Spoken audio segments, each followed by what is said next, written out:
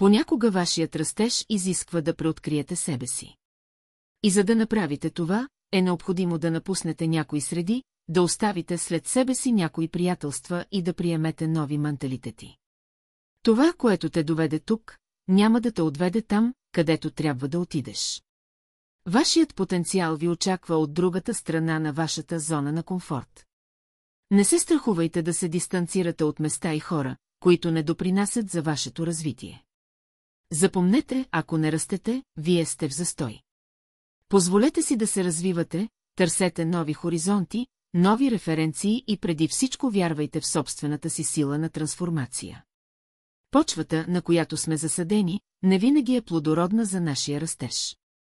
Понякога, за да разцъфтиш, се нуждаеш от смелостта да излезеш. Оставяйки след себе си места, които ни ограничават, места, където вече няма място за нашите мечти. Трудно е, но е необходимо. Ще боли, но и ще се трансформира. Запомнете, растежът изисква движение.